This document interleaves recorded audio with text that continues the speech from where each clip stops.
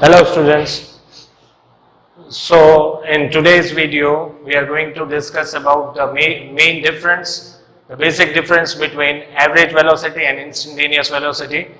By definition we can definitely understand the difference, but when it comes to the question, when you have been said to calculate velocity between two time interval and when you have been said to calculate velocity at a particular instant of time, most of the time you make mistake in solving this type of sums. So first of all, we'll understand what is the basic difference, how to calculate average velocity and how to calculate instantaneous velocity, right? And what is the difference in solving the sums based on average and instantaneous velocity, right?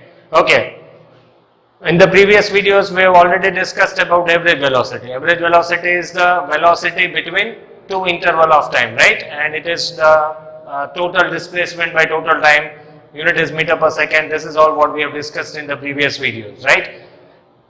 Instantaneous velocity means velocity of an object at any particular instant of time, right? At this moment, car is having a speed of 60, so that represents instantaneous velocity.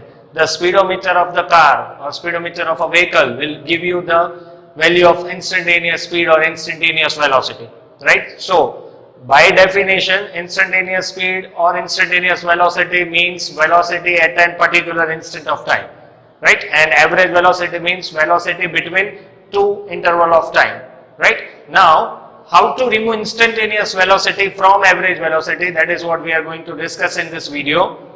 This is a table, just for your information, just to take an example from this table. You need not to remember this table. You can take any numbers, any numerical values, there is no problem. See, the table, in the table here it is given time. This is displacement of an object from the origin. It is in meter, displacement is in meter, and respective speed, right? We can consider this situation as if there are two friends going in a car.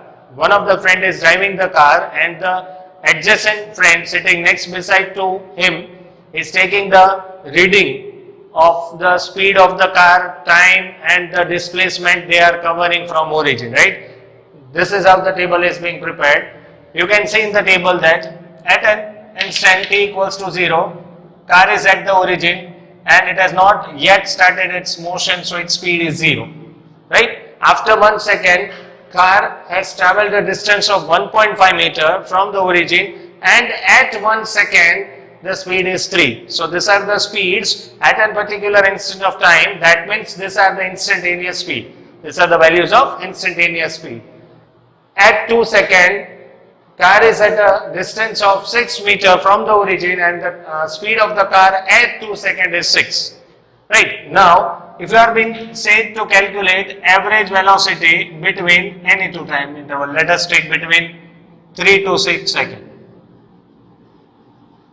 See, this is the average velocity between two time interval, and if I will say velocity at t equals to 3 seconds. So this is instantaneous velocity and this is your average velocity, right? How their values are different. So how to calculate average velocity? So it is final position minus initial position, that is displacement, upon time, right? Okay. So final position, that is position at 6 seconds, position at 3 seconds, and time will be 6 minus 3. What is the position of the car at 6 seconds? 54. Good. So that will be the final position. What is the initial position of the car? That is position at 3 seconds. It is 13.5 divided by 3. Right? So average velocity comes out to be 13.5. So this is the value of average velocity between two interval of time 3 to 6. But velocity at 3 seconds is, it is directly given 9.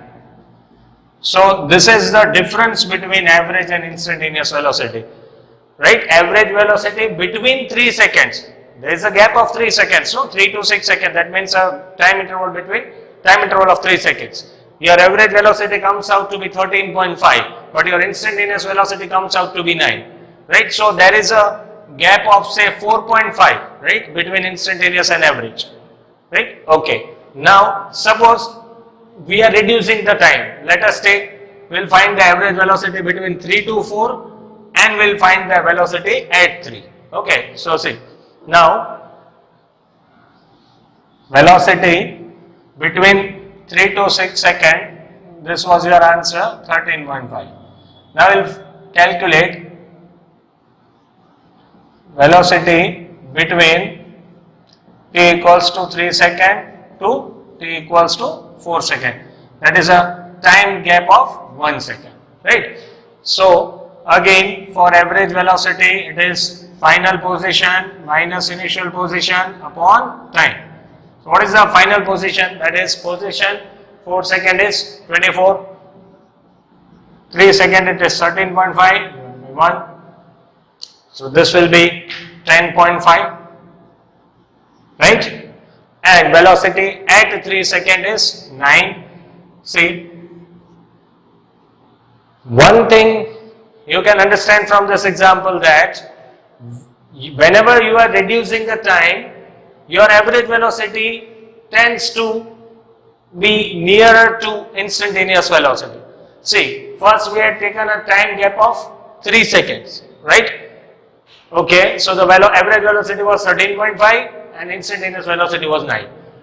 Now we have reduced the time. This was a time gap of 3 seconds. Now we have taken the time gap of only 1 second, right? So when you are taking the time difference less, your average velocity tends to be nearer to your instantaneous velocity, right? Still, if I will be taking 3 to 3.1, the answer of average velocity will be more nearer to instantaneous velocity. So hence it can be concluded that whenever you are decreasing your time interval, your average velocity will be very, very nearer to instantaneous velocity. But again the question might arise, we are reducing the time interval, but how much to reduce the time, to what extent we should decrease the time in order to get our value to instantaneous velocity.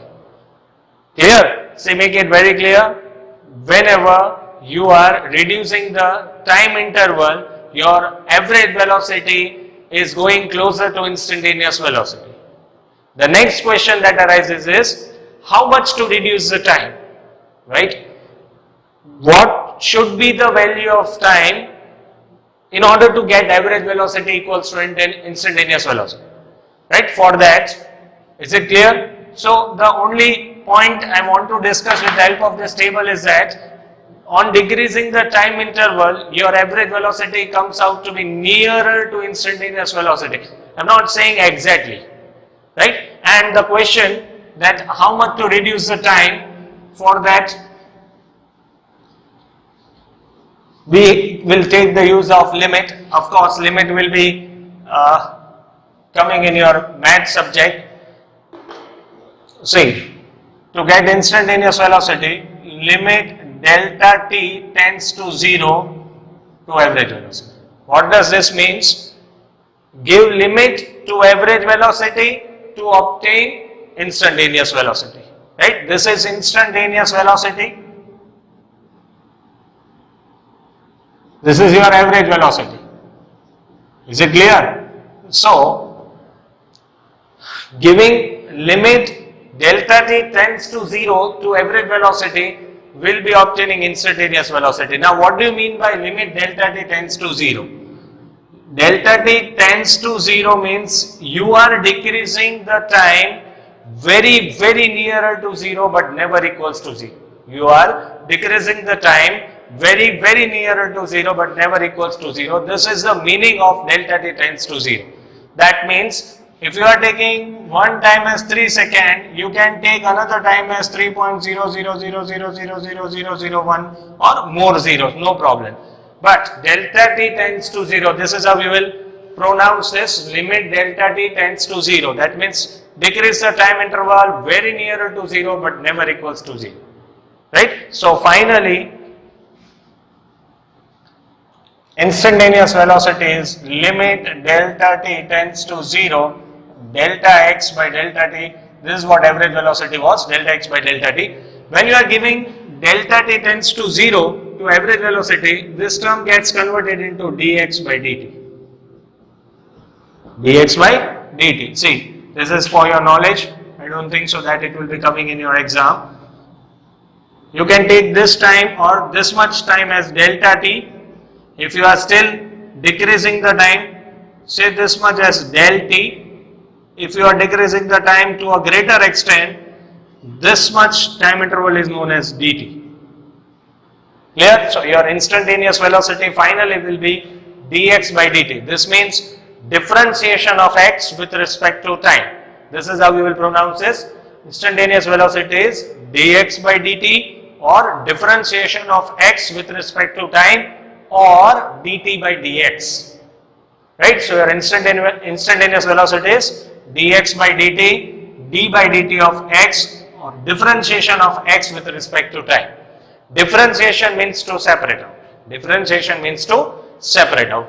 Now in order to calculate instantaneous velocities, we have to definitely go through differentiations formula. There are 2 to 3 basics formula for solving the sums of instantaneous velocity, right? Those formulas are of differentiation, which math students will definitely learn the chapter, but for biology students, you just have to remember 2 to 3 simple formulas for differentiation, and then we can solve the sums based on instantaneous velocity.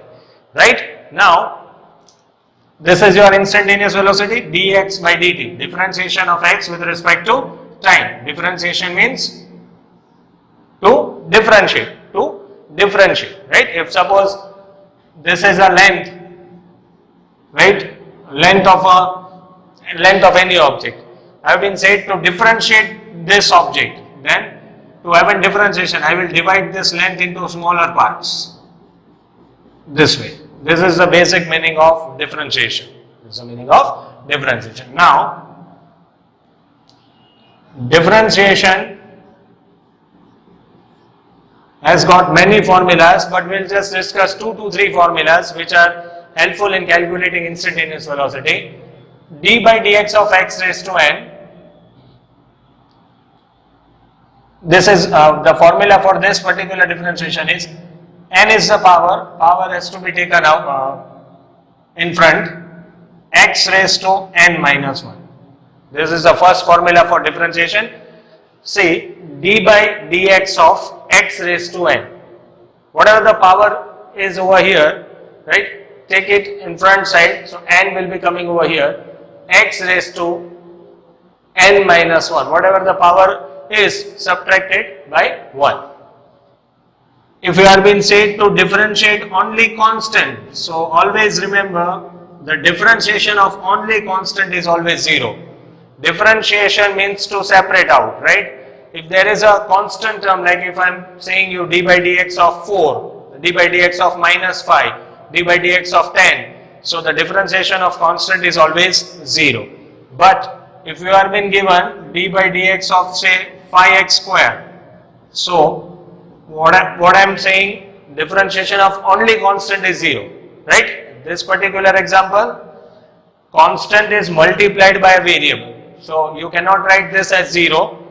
In this kind of differentiation, take constant outside because they are not meant to be differentiated. D by dx of x square, so that is 5. Compare this formula with standard formula, d by dx, x raised to n, x raised to 2. So 2 will be coming in front side, x raised to 2 minus 1. So it is 5 into 2, that is 10, x raised to 2 minus 1, so x. So this is the differentiation of 5x square. Clear? Just remember this formula, d by dx of x raised to n, that is n times x raised to n minus 1, right? Instantaneous velocity is dx by dt, that is differentiation of x with respect to time, or d by dt of x. Clear? Right? And instantaneous velocity is at a particular instant of time. So in the next video, we'll discuss few examples based on average and instantaneous velocity, and then you'll be having a clear idea that what is the basic difference in solving their sums.